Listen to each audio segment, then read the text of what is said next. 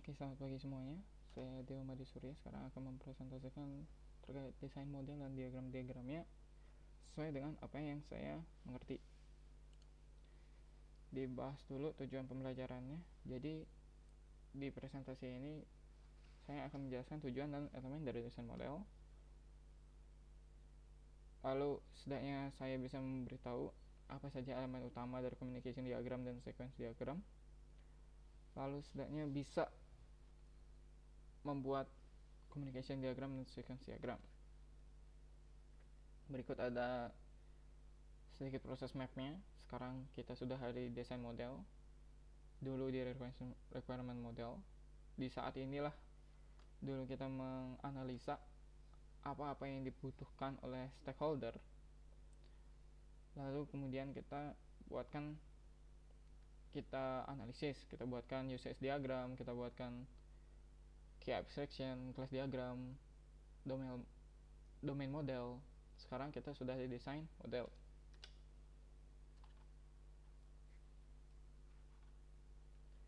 Oke, ini jadi dibahas dulu ya gambaran umum desain modelnya. Sekarang itu ditekankan perbedaan dari dulu, analisis dan desain. Analisis itu penggambaran apa yang sistem dapat lakukan. Desain model itu cara sistem melakukan sesuatu. Makanya sekarang itu bisa dibilang membahas interaksi antara komponen-komponen ini. Komponen-komponen ini tidak jauh beda tentang seperti yang dulu, tapi ini bisa dibilang bagian dari use case-nya, boundary, service, dan entity. Ini interaction diagram. Ini yang sekarang akan dibahas lebih banyak, yaitu gambaran interaksi antar objek atau sistem di suatu use case skenario.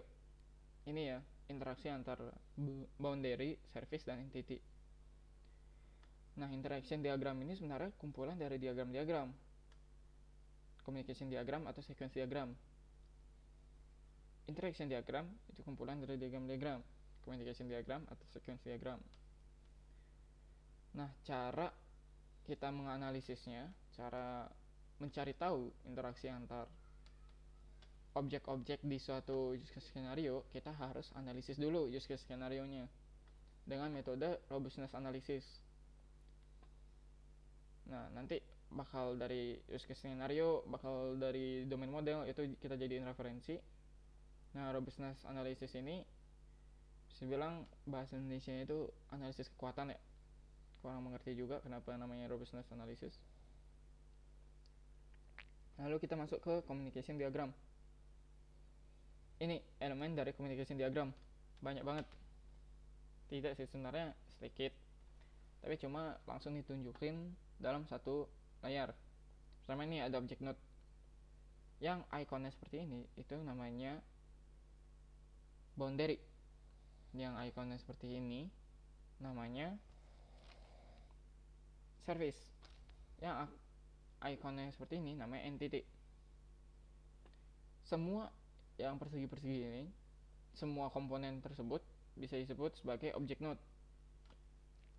Object node 1 akan menggunakan atau berinteraksi dengan object node 2. Berinteraksinya dengan cara message, memberi message, atau bisa langsung membuat instance atau bagian kecil atau gambaran, atau bisa dibilang suatu wujud dari objek lain. Terus memanggilnya itu kan menggunakan message ya. Message ini dalam konteks class, atau bisa dibilang dalam konteks codingan. Itu message itu adalah method. Method ini memiliki parameter. Message direction itu maksudnya apa yang memanggil apa yang berinteraksi dengan apa. Kita anggap aja reservation UI itu menepuk bahunya reservation service, mencolok reservation service. Nah, itu maksudnya message direction gitu. Terus ada sequence number. Tadi sempat disebutin bahwa interaction diagram itu terdiri dari communication diagram dan sequence diagram. Ini sebenarnya sama, cuma beda sudut pandang. Makanya di communication diagram juga ada sequence numbernya. Sequence number itu apa? Ya sama seperti sequence, artinya berarti kan urutan ya, urutan terjadinya yang mana, 1111 121 1211. Oke, ini sama persis sama communication diagram yang di awal, cuma bentuknya lebih sederhana. Ini contoh communication diagram. Pertama ada booking agent sebagai boundary, booking agent sebagai aktor. Aktor ini akan menggunakan UI, karena yang bisa diinteraksikan oleh aktor itu kan UI-nya ya, tampilannya yang dalam website, dalam aplikasi. Nah, representation UI ini bentuknya yang ikonnya seperti ini itu adalah boundary. Jadi booking agent ini akan melakukan apa? Room request. Yang paling pertama satu ya, akan room request dengan parameter AAB ABCD, lalu memanggil reservation UI yang menerima room request tersebut akan memanggil service dengan cara make reservation nih, ada parameter juga. Nah, service itu di sini konteksnya sebagai koordinator, sebagai hal yang mengatur semua interaksi antar boundary, service, dan entity. Makanya bisa dibilang lebih banyak hubungannya itu ada di service. Yang ini hanya apa yang dilakukan oleh user, dilakukan oleh aktor ke UI-nya. Setelah make reservation service akan melakukan apa? Akan membuat instance dari entity komponen reservation. Makanya tulis create dengan parameter ABC. Lalu melakukan apa lagi? Reservation service akan mengset room sesuai dengan apa yang diminta dan mengset harga sesuai dengan apa yang diminta. Jadi reservation service memanggil atau membuat nih reservation service, bisa dibilang sebutannya reservation, nama variabel sama dengan new reservation gitu. Nah, tapi sebelum itu selesai, reservation service juga memanggil room service. Untuk apa? Untuk mencari daftar ruangan. Nah, setelah itu semua dikonfirmasi, reservation service akan mengirimkan datanya dalam bentuk ini, tanda panah ke kiri yang putus-putus, yang nggak tebal ya. Lalu UI-nya akan menampilkan. Nah, si booking agent, si aktor bisa menerima atau bisa reject. Nanti di cancel terus di destroy, biar objek yang tadi dibuat itu bisa hilang. Itu untuk communication diagram. Ada juga tambahan, yaitu get reservation detail.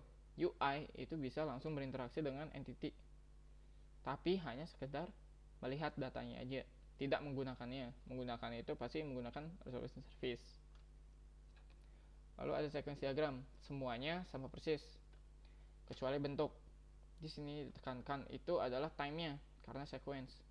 Tadi itu ada interaksinya, apa yang menggunakan apa menggunakan apa dengan apa gitu. Kalau sequence diagram itu tentang waktunya, tapi masih sama seperti yang tadi.